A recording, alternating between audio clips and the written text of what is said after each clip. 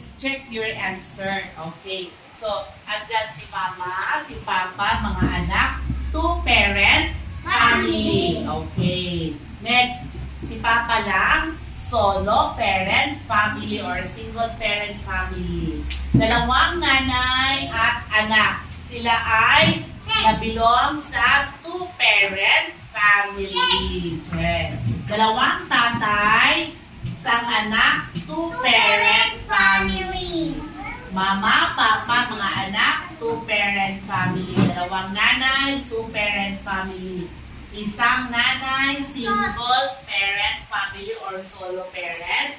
Mama, papa, two-parent family. Mama, papa, two-parent family. Dalawang nanay, two-parent family. Clap your hands! Huwag na natin pagpak sa Coca-Cola. Ready, go!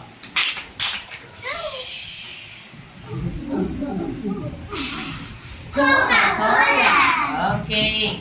Next.